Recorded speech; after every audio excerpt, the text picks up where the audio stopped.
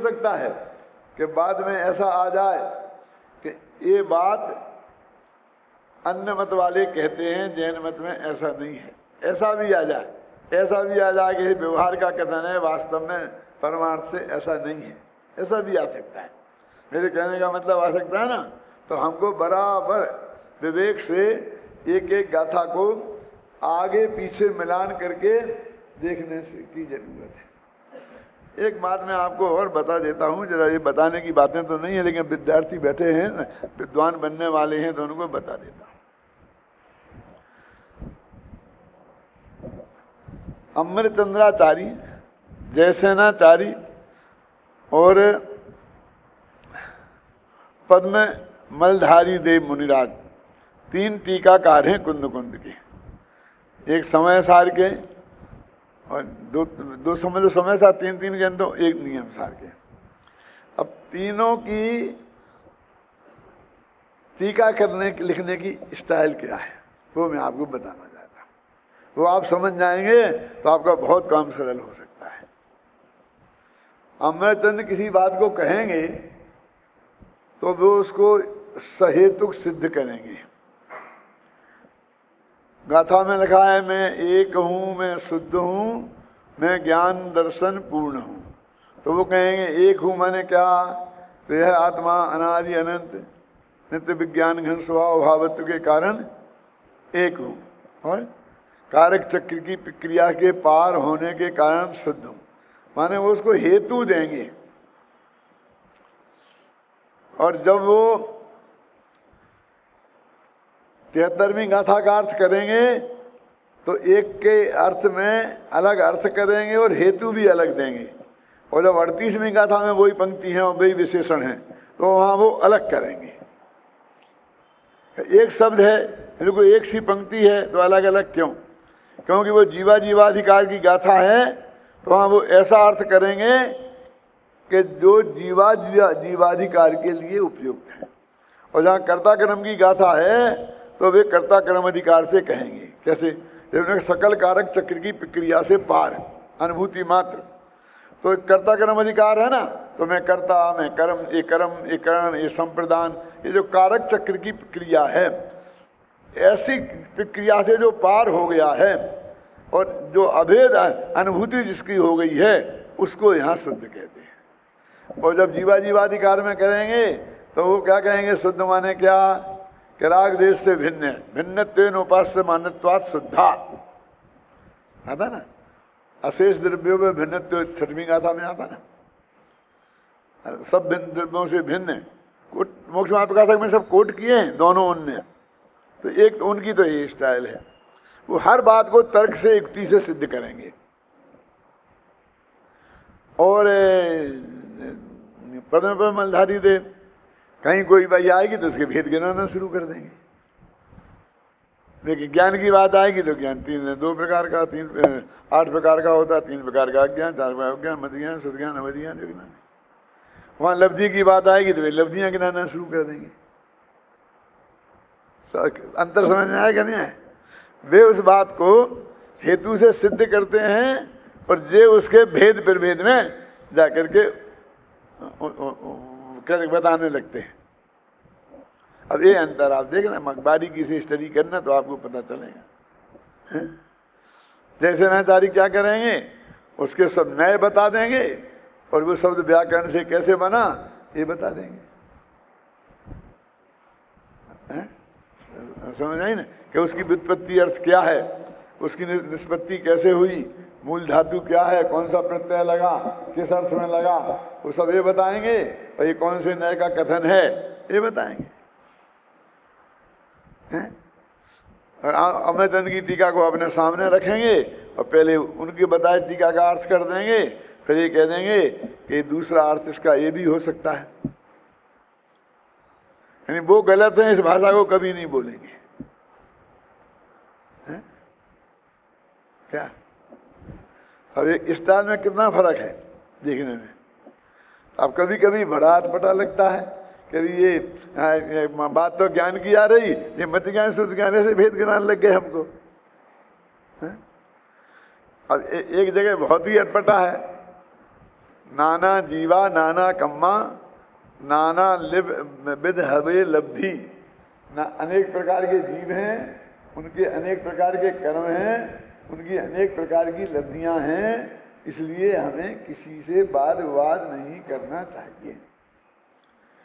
तो यहाँ तो सीधा सच्चा, देखो घबराना नहीं, देखो मैं किसी का विरोध नहीं कर रहा हूँ, तो अंतर समझा रहा हूँ कि ये कह रहे कि जीव अनेक प्रकार के हैं, अनेक प्रकार के उनके स्वभाव हैं, हर आदमी का अलग अलग स्वभाव होता है, हर एक के कर्म का उदय अलग अलग है, इसलिए हमें किसी से वाद विवाद नहीं करना चाहिए।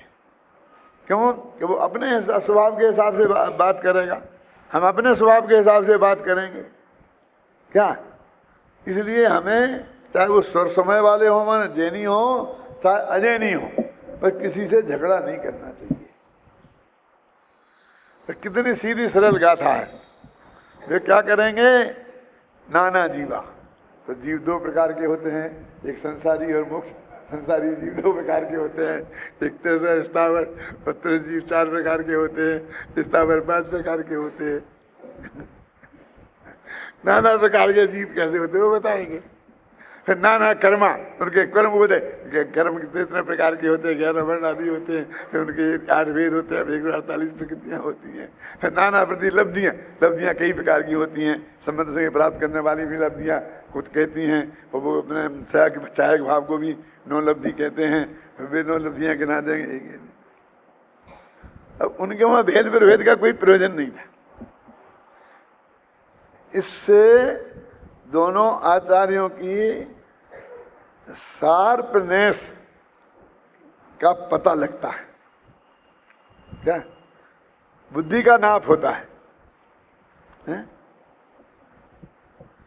वो कलश लिखेंगे तो 5 गाथाओं के बाद जो कलश लिखा तो लिख देंगे कि पुद्गल में निर्विघ्न परिणमन की शक्ति है। जो गाथाओं में कहा बिल्कुल उसको इस छंद में बांध देंगे।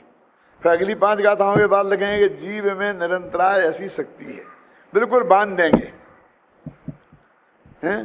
और ये कलश लिखेंगे तो बस कुछ भी, नेमनाथ भगवान की जय हो, माधव सिंह सूर्य को नमस्कार करता हूँ, फलाने को ऐसा हो, उसका कुछ भी ऐसे नमस्कार गाथा में लिख देंगे। अब वो गाथा से उसका कोई संबंध भी नहीं होगा। मैंने यहाँ पर इसका क्या अर्थ है आप समझ गए ना? कैसा हो सकता है जो वहाँ जनता के लिए प्रयोजन भूत है? ये पर्यूषण में उत्तम समा की बात करना, उत्तम मार्दव की बात करनी है, मेरे मतलब ये क्या नहीं, और उसके उपयोगी और चीजें हों तो वो भी बताना ही चाहिए, ऐसा नहीं है। और बाकी हमको आचार्यों को समझने में उनकी स्टाइल भी समझना चाहिए कि कौन आदमी किस स्टाइल से ये बात करता है। जैसे समंतभद्र की स्टाइल है कि हे भगवान मैं तेरे को क्यों नमस्कार, देवता आते इसलिए थोड़ी मैं नमस्कार करने वाला हूँ। अब उनको सिर्फ इतनी सी बात करनी थी कि जैन दर्शन चमत्कार प्रिय नहीं है, चमत्कारों में भरोसा नहीं रखता है। तो ये गाथा पढ़ाते वक्त हमको ये बताना चाहिए ना कि तूने ये कर दिया, तूने ये कर दिया। ये नवोकार मंत्र की महिमा, भक्तांबर की महिमा में कितने कसीदे गढ़े जाते हैं।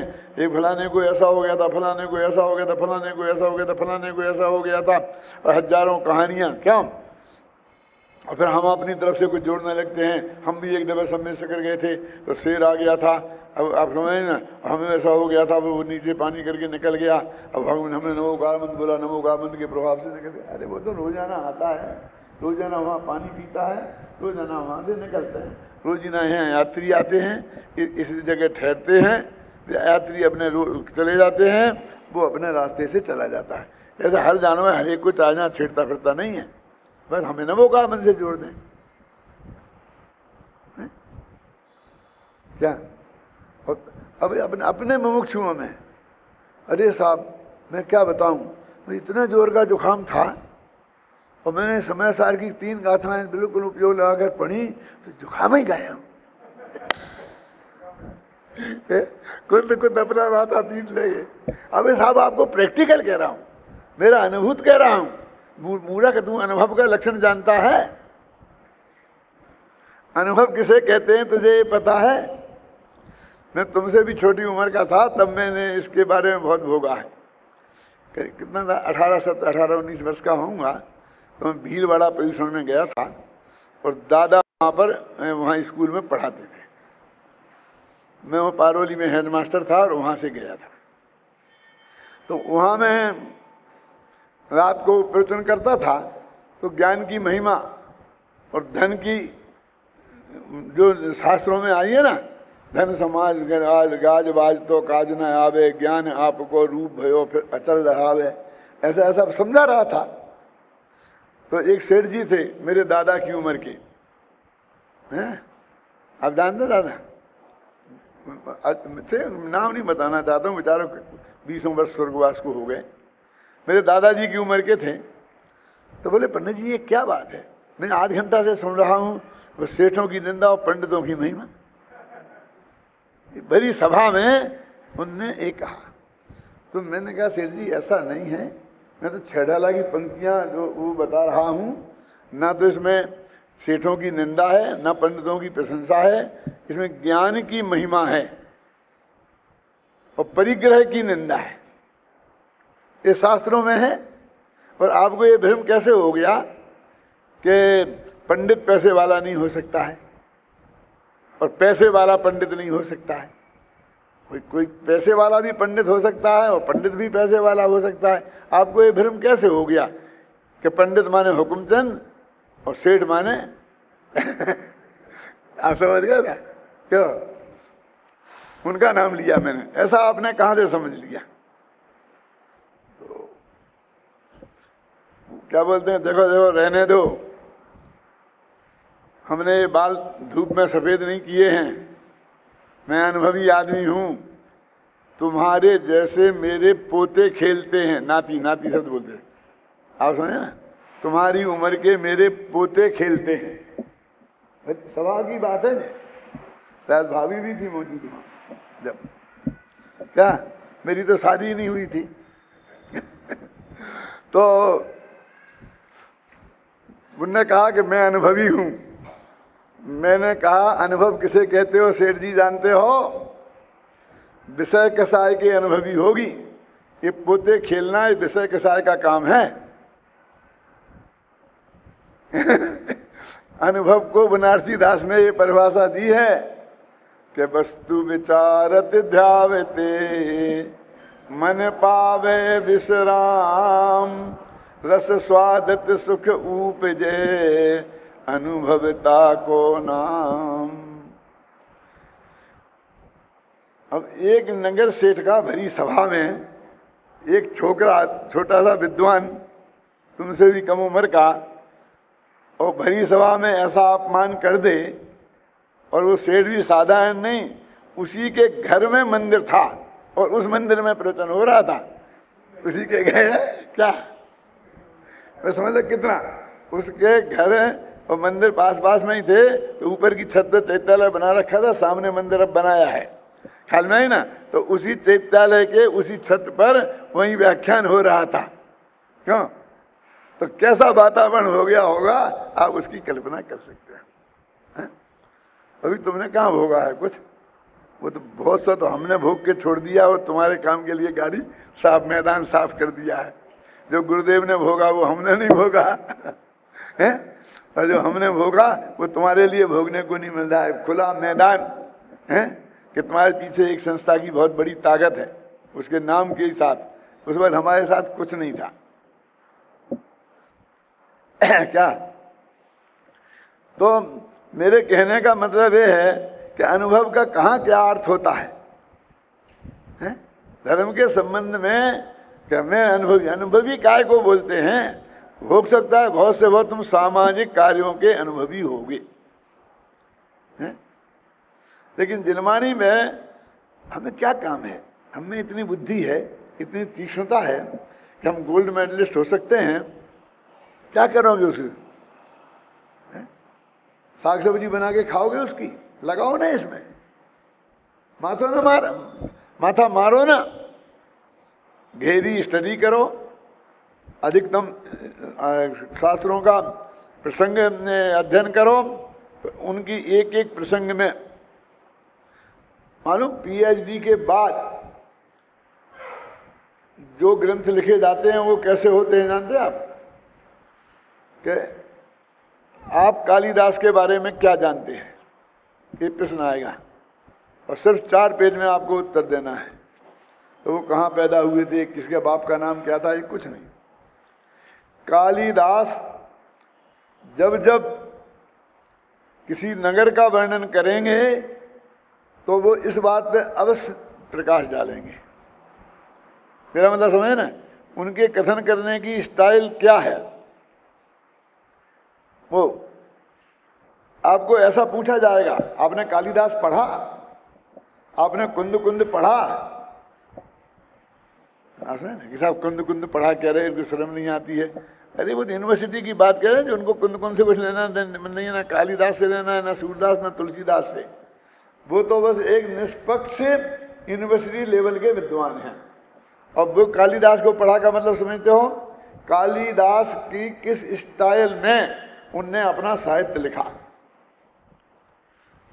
वो अलंकारों में उनके लिए कौन सा अलंकार प्रिय है, छंद में उनको कौन सा छंद प्रिय है, रीति में उनको कौन सी रीति पसंद है, सबसे ज्यादा उनने उसका प्रयोग किया है। ये जानते हैं आपके नहीं जानते? आप भी लोग सोचो, लिखते हैं ना मैं तो ऊपर कही हुई बात के लिए लिखते हैं ना है? तो ऊपरी युक्त मैंने दोनों बता दिया, और उपरोक्त इन दोनों में कौन सा सही है? सुना नहीं, जो उपरयुक्त है। क्यों? देखो ऊपरी शब्द ऊपरी है, माने ऊपर, सप्तमी का एक वचन ऊपरी, और उक्त तो यण संधि होगी तो उपरयुक्त होगा, और उपरोक्त तो ऊपर, ऊपर माने और फिर माने उक्त तो गुण संधि होगी, समझे ना? तो वहां तो ई सब ऊपर ही है, ऊपर तो है नहीं, तो उपरोक्त कैसे हो सकता है? ये गलत प्रयोग है। देखो सारे गुजराती लोग श्रीमद को कृपालु देव कहते हैं। क्यों? एक तो महाराज का नाम कृपालु हो गया, लेकिन व्याकरण का एक नियम है, कृपा शब्द के साथ आलुच प्रत्यय नहीं लगता है, मतु प्रत्यय लगता है। कृपावान हो सकता है, क्या समझे ना? कृपालु नहीं हो सकता है। दया शब्द के साथ आलुच प्रत्यय लगता है, तो दयालु सही है और कृपालु गलत है व्याकरण के हिसाब से। पढ़ लेना, पढ़ी कहीं लक्ष्मण कौमुदी पढ़ी? ये नहीं पढ़ा होगा क्या? कृपा शब्द के साथ आलुच प्रत्यय का प्रयोग ही नहीं होता है, दया शब्द के साथ होता है। दयालु की जगह कृपालु नहीं कह सकते, कृपावान मतु प्रत्यय का प्रयोग होगा। तो ऐसी बहुत सी चीजें हैं जो आप गहराई से उसकी भाषा, उसकी स्टाइल, उसकी शैली, ये कुंद कुंद की शैली पहचानो, आप अमृतंद की शैली पहचानो, समझे ना? फिर इस पर आपको वर्क करना है। क्या?